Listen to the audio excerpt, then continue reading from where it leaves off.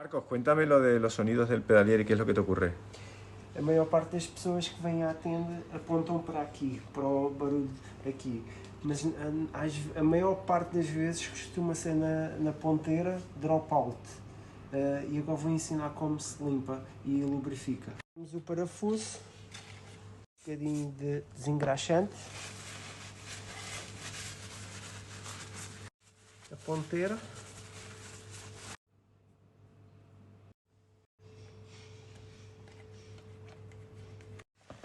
Convém pôr um bocadinho de graxa também nesta parte interior, que é também onde faz muita fricção.